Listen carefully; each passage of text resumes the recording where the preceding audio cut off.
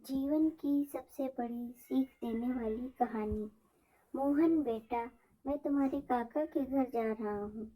क्यों पिताजी? और आप आजकल काका के घर बहुत जा रहे हैं? तुम्हारा मन मान रहा हो तो चले जाओ। पिताजी, लो ये पैसे रख लो, काम आएंगे। पिताजी का मन भर आया। उन्हें आज अपने बेटे को दिए गए संस्कार लौटते नजर आ रहे थे।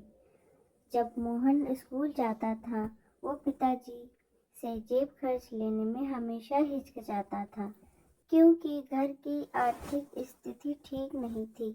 पिताजी मजदूरी करके बड़ी मुश्किल से घर चला पाते थे, पर माँ फिर भी उसकी जेब में कुछ सिक्के डाल देती थी, जबकि वह बार बार मना करता था। मोहन की पत्नी का स्वभाव भी उसके पिताजी की तरफ कुछ खास अच्छा नहीं था। वह रोज पिताजी की आदतों के बारे में कहा सुनी करती थी। उसे ये बड़ों से टोका टाकी पसंद नहीं थी। बच्चे भी दादा के कमरे में नहीं जाते थे।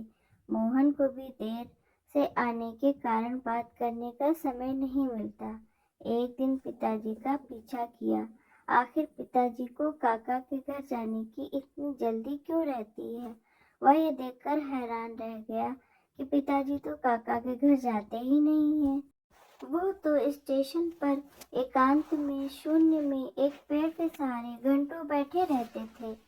तभी पास खड़े एक बुजुर्ग जो ये देख रहे थे, उन्होंने कहा, बेटा क्या देख रहे हो? जी वो। अच्छा, तुम उस बूढ़े आदमी को देख रहे हो? वो यहाँ अक्सर आते हैं और घंटों पेड़ तले बैठकर सांझ ढले अपने घर लौट जाते हैं। किसी अच्छे संप्रभात घर के लगते हैं बेटा। ऐसे एक नहीं अनेकों बुजुर्ग माएँ, बुजुर्ग पिता तुम्हें यहाँ आसपास मिल जाएंगे। जी, मगर क्यों बेटा? जब घर में बड़े बुजुर्गों को प्यार नहीं मिलता, उन्हें बहुत अकेलापन महसूस होता है, तो वो यहाँ वहाँ बैठकर अपना समय काटा करते हैं।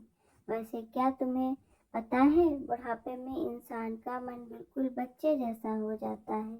उस समय उन्हें अधिक प्यार और सम्मान की ज़रूरत पड़ती है, पर परिवार के सदस्य इस बात को समझ नहीं पाते। वो यही समझते हैं इन्होंने अपनी ज़िंदगी जी ली, फिर उन्हें अकेला छोड़ देते हैं। कहीं साथ ले जाने से कतराते हैं। बात करना तो दूर, अक्सर उनकी राय भी उन्हें कड़वी लगती है, जबकि वही बुजुर्ग अपने बच्चों को अपने अनुभवों से आने वाले संकटों और परेशानियों से बचाने के लिए सटीक सलाह देते हैं। घर लौटकर मोहन ने किसी से कुछ नहीं कहा। जब पिताजी लौटे, मोहन घर के सभी सदस्यों को देखता रहा। किसी को भी पिताजी की चिंता नहीं थी। पिताजी से कोई बात नहीं करता, कोई हंसता खेलता नहीं था, जैसे पिताजी का घर में कोई अस्तित्व ही न हो। ऐसे परिवार में पत्नी बच्चे सभी पिताजी को इग्नोर करते हुए दिखे। सबको राह दिखाने के लिए आखिर मोहन ने भी अपनी पत्नी और बच्चों से बोलना बंद कर दिया। वो काम पर जाता और वापस आता, किसी से कोई बातचीत नहीं। बच्चे पत्नी बोलने की कोशिश भी करते तो वो भी इग्नोर कर काम में डूबे रहने का नाटक करता। 3 दिन में सभी परेशान हो उठे।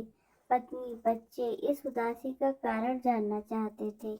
मोहन ने अपने परिवार को अपने पास बिठाया, उन्हें प्यार से समझाया कि मैंने तुमसे 4 दिन बात नहीं की तो तुम इतने परेशान हो गए। अब सोचो तुम पिताजी के साथ ऐसा व्यवहार करके उन्हें कितना दुख दे रहे हो। मेरे पिताजी मुझे जान से प्यारे हैं, जैसे तुम्हारी माँ। और फिर पिताजी के अकेले स्टेशन जाकर घंटों बैठकर रोने की बात छुपा गया। सभी को अपने बुरे व्यवहार का खेद था। उस दिन जैसे ही पिताजी शाम को घर लौटे, तीनों बच्चे उनसे चिमट गए। दादाजी, आज हम आपके पास बैठेंगे, कोई किस्सा कहानी सुनाओ ना। पिताजी की आंखें भीग गईं। वो बच्चों को लिपटकर उन्हें प्यार करने लगे और फिर जो किस्से कहानियों का दौर शुरू हुआ, वो घंटों चला। इस बीच मोहन की पत्नी उनके लिए फल तो कभी चाय नमकीन लेकर आती। पिताजी बच्चों और मोहन के साथ स्वयं भी खाते और बच्चों को भी खिलाते। अब घर का माहौल पूरी तरह बदल गया था। एक दिन मोहन बोला, पिताजी क्या बात है, आजकल काका के घर नहीं जा रहे हो? नहीं बेटा, अब तो अपना घर ही स्वर्ग लगता है। आज सभी में तो नहीं, लेकिन अधिकांश परिवारों में बुजुर्गों की यही कहानी है। बहुधा आसपास के बगीचों में, बस अड्डे पर, नजदीकी रेलवे स्टेशन पर, परिवार से तिरस्कृत भरे पूरे परिवार में एकाकी जीवन बिताते हुए ऐसे कई बुजुर्ग देखने को मिल जाएंगे। आप भी कभी न कभी अवश्य बूढ़े होंगे, आज नहीं तो कुछ वर्षों बाद होंगे।